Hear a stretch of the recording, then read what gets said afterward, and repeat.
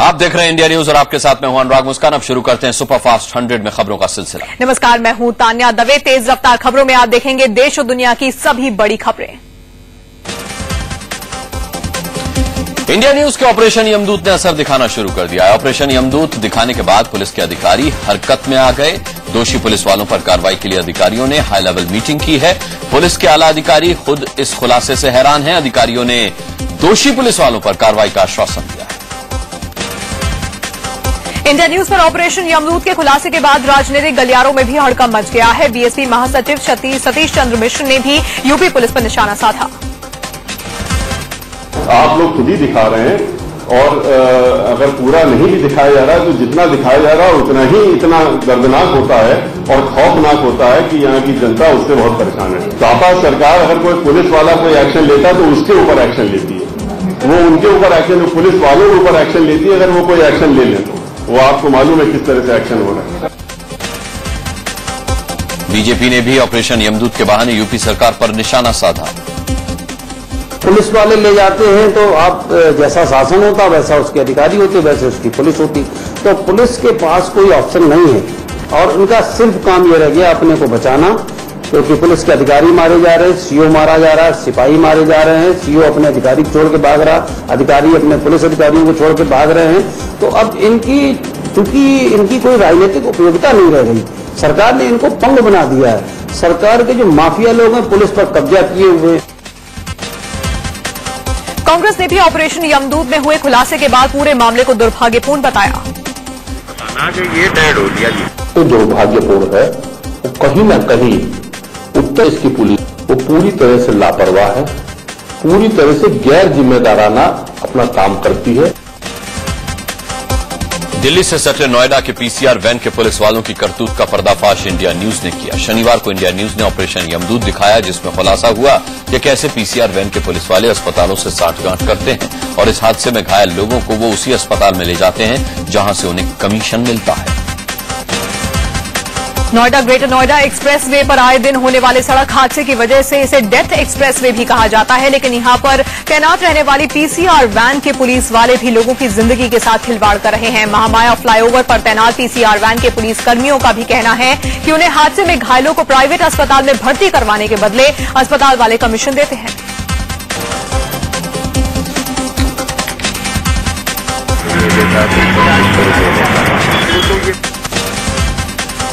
Noida sector 62 में तैनात PCR van के पुलिस वाले भी घायलों को अस्पताल पहुंचाने के बदले कमीशन लेते हैं। इसका खुलासा इंडिया न्यूज के ऑपरेशन यमदूत में हुआ।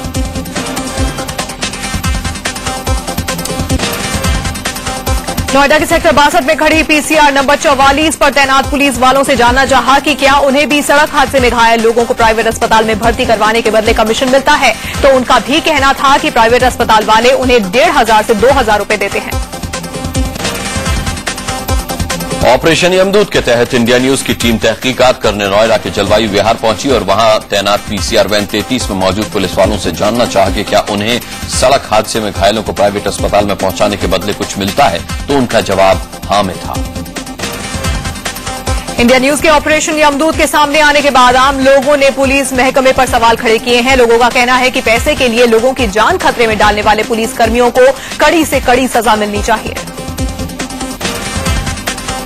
इंडिया न्यूज पर ऑपरेशन यमदूत देखने के बाद लोग पुलिस के रवैये से काफी हैरान हैं। लोगों ने कहा कि पुलिस को ऐसा नहीं करना चाहिए क्योंकि उनके परिवार के साथ भी कोई घटना घट सकती है।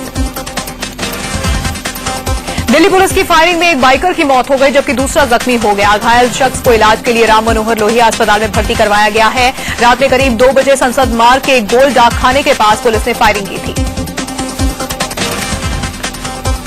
दिल्ली पुलिस फायरिंग में मौत मामले में पुलिस का कहना है कि बाइकर स्टंट कर रहे थे और उन्हें जब रोका गया तो वो पुलिस वैन पर पथराव करने लगे, जिसके बाद पुलिस ने बाइक के पिछले टायर में बाइक रोकने की मंशा से गोली मारी, लेकिन बाइक पीछे की ओर झुकी थी जिससे गोली बाइक सवार को लग गई।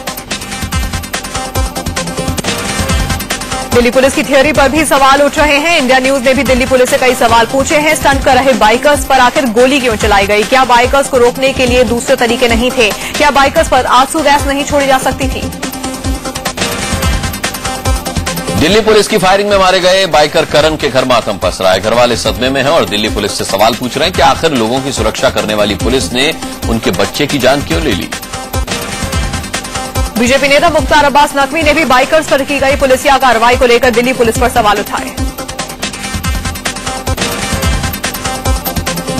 दिल्ली पुलिस ने एक नेवी अफसर की पत्नी को जालसाजी के आरोप में गिरफ्तार किया है। ये वही महिला है जिसने कुछ समय पहले नेवी में वाइफ स्वैपिंग यानी कि पत्नियों की अदला बदली का आरोप लगाया था। पुलिस का कहना है कि महिला अपने पति से अलग रह रही है और वो फर्जी दस्तावेजों के सहारे अपने पति के नाम पर बैंक से क्रेडिट कार्ड बनवाने गई है। एमपी के देवास में एक 2 मंजिला मकान गिर गया। इस हादसे में 4 महिलाओं समेत 6 लोगों की जान चली गई, जबकि 2 लोग गंभीर रूप से घायल हुए हैं। घायलों को उपचार के लिए इंदौर रेफर कर दिया गया है। बताया जा रहा है कि 3 दिनों से हो रही बारिश की वजह से मकान की नींव कमजोर हो गई थी।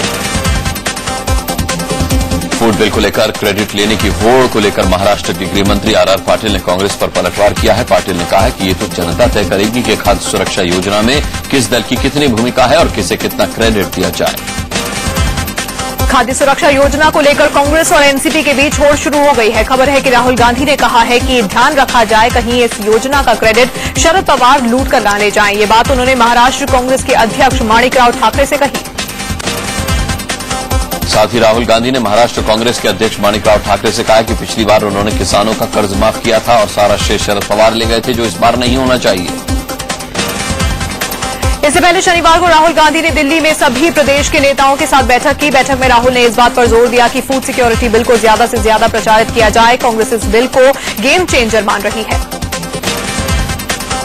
फूड सिक्योरिटी बिल पर अध्यादेश लाने वाली कांग्रेस को मायावती का समर्थन मिला है। बीएसपी सुप्रीमो मायावती ने कहा कि उनकी पार्टी संसद में इसका समर्थन करेगी।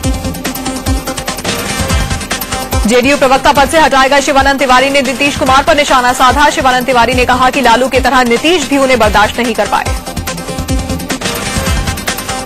अलग तेलंगाना राज्य पर लगभग फैसला हो चुका है, लेकिन इस पर यूपीए कोऑर्डिनेशन कमेटी भी चर्चा होगी। खबर है कि सोमवार को यूपीए कोऑर्डिनेशन कमेटी की बैठक हो सकती है, जिसमें कांग्रेस पार्टी अपने सहयोगी दलों से भी इस मुद्दे पर चर्चा करेगी।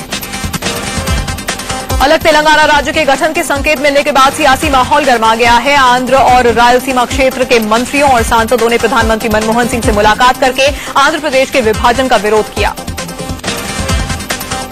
अलग तेलंगाना के विरोध में आंध्र और रायलसीमा के मंत्रियों ने कांग्रेस अध्यक्ष सोनिया गांधी को चिट्ठी लिखकर कहा कि अगर राज्य का विभाजन किया जाता है तो वो इस्तीफा दे देंगे।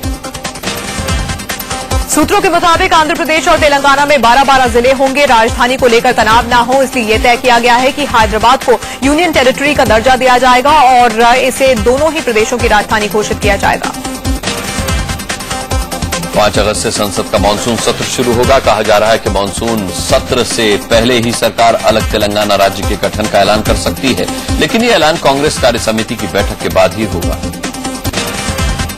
अब मोदी के नाम पर मोबाइल भी लॉन्च होने वाला है। स्मार्ट नमो ब्रांड नाम से एंड्रॉइड फोन नरेंद्र मोदी के फैंस का एक ग्रुप लेकर आ रहा है। ये ग्रुप आने वाले 1 महीने में मोबाइल फोन डिजाइन कर लेंगे। आरजेडी सुप्रीमो लालू प्रसाद यादव ने राहुल गांधी की जमकर तारीफ करते हुए लालकृष्ण आडवाणी और नरेंद्र मोदी पर खूब निशाना साधा। लालू ने कहा कि मोदी और आडवाणी जिंदगी में कभी भी देश के प्रधानमंत्री नहीं बन सकते। कांग्रेस नेता शकील अहमद ने मोदी के वीजा विवाद पर चुटकी ली है। शकील अहमद ने ट्विटर पर लिखा है कि मैं अभी अमेरिका के करीब कनाडा में हूं। मैं राजनाथ सिंह जी को बताना चाहता हूं कि अमेरिका में बड़े अपने बच्चों के वीजा के लिए अप्लाई करते हैं। बीजेपी के वरिष्ठ नेता लालकृष्ण आडवाणी ने दिल्ली में फिर दोहराया है कि लोकसभा चुनाव 2014 से पहले होंगे। उन्होंने पार्टी कार्यकर्ताओं को लोकसभा चुनाव के लिए तैयार रहने को कहा। आडवाणी ने यह भी कहा कि इस बार के लोकसभा चुनाव में बीजेपी सारे रिकॉर्ड्स तोड़ देगी। उन्होंने दावा किया कि इस बार वो रिकॉर्ड जीत के साथ सत्ता में आएंगे। मध्य प्रदेश के मुख्यमंत्री शिवराज सिंह चौहान ने रिश्वतखोरी के घेरे में आए अपने दोनों मंत्रियों का बचाव किया है। मध्य प्रदेश के राज्यपाल ने अविश्वास प्रस्ताव को लेकर विशेष सत्र बुलाने के जो पत्र लिखा है उस पर सियासत तेज हो गई है। कांग्रेस उपाध्यक्ष राहुल गांधी ने पार्टी नेताओं से कहा है कि आपराधिक छवि वाले नेताओं को टिकट नहीं दिया जाए। उन्होंने कहा कि 5 राज्यों के विधानसभा चुनाव में ऐसे नेताओं को टिकट नहीं देना चाहिए जिनका रिकॉर्ड खराब है। 2G केस में अनिल अंबानी और टीना अंबानी को गवाह के तौर पर पेश होना होगा। दिल्ली की पटियाला हाउस कोर्ट ने अनिल अंबानी को 22 अगस्त को पेश होने को कहा है, तो उनकी पत्नी टीना अंबानी को 23 अगस्त को बुलाया गया है। संगीत को गैर इस्लामी बताने वाले कश्मीर के बड़े मुफ्ती बशीरुद्दीन साहब खुद म्यूजिक का लुत्फ उठाते देखे गए। वो डल झील में एक बोट हाउस में संगीत सुन रहे थे। पाकिस्तान ने इस महीने में 5वीं बार युद्ध विराम का उल्लंघन किया है। शनिवार को जम्मू के पुंछ में भारतीय चौकी पर पाकिस्तान की तरफ से जबरदस्त गोलीबारी की गई। यूपी पीसीएस परीक्षा में नई आरक्षण नीति लागू को रद्द किए जाने के बाद आरक्षण समर्थक छात्रों ने बवाल शुरू कर दिया है। शनिवार को इलाहाबाद के अल्लाहपुर इलाके में जमकर हंगामा हुआ। इससे पहले आरक्षण के नए नियमों को उत्तर प्रदेश लोक सेवा आयोग ने वापस ले लिया। साथ ही पीसीएस 2011 की मुख्य परीक्षा का परिणाम भी निरस्त कर दिया गया। लखनऊ में उत्तर प्रदेश के मुख्यमंत्री अखिलेश यादव ने इंटर पास छात्रों को लैपटॉप बांटे। पिछले कुछ दिनों में यूपी में बारिश से कई जगह लैपटॉप पड़े पड़े खराब होने की खबर के बाद अखिलेश ने लैपटॉप बांटने शुरू कर दिए हैं। बीएसपी सुप्रीमो मायावती ने उत्तर प्रदेश सरकार पर अपनी नाकामयाबियों को छिपाने के लिए लैपटॉप बांटने का आरोप लगाया। मायावती ने एक बार फिर से यूपी में राष्ट्रपति शासन लगाने की मांग दोहराई। चारा घोटाला मामले में सुप्रीम कोर्ट से राहत मिलने के बाद आरजेडी मुखिया लालू यादव ईश्वर का शुक्रिया अदा करने में जुटे हैं। शुक्रवार को लालू तांत्रिक गुरु विभूति नारायण उर्फ पगला बाबा के विंध्याचल आश्रम में आशीर्वाद देने पहुंचे। बिहार में लगातार तीसरे दिन भी लाखों बच्चों ने मिड डे मील नहीं खाई। छपरा कांड के बाद नियमों में बदलाव के विरोध में प्राइमरी टीचर्स ने मिड डे मील व्यवस्था से खुद को अलग कर लिया है। मिड डे मील के विरोध में उतरे प्राइमरी टीचर्स के साथ प्राथमिक शिक्षा निदेशक ने बातचीत की है। टीचर्स ने अपनी मांगें सरकार के सामने रखी है।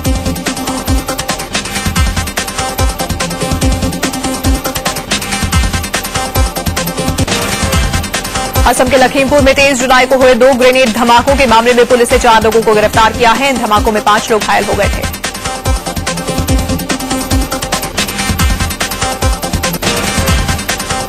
बिहार में एक आईएएस अधिकारी के खिलाफ गैर जमानती वारंट जारी हुआ है। Bihar state cooperative marketing union के तत्कालीन प्रबंध निदेशक सीके अनिल के खिलाफ अभद्र बर्ताव करने और कई महत्वपूर्ण दस्तावेज गायब करने का आरोप।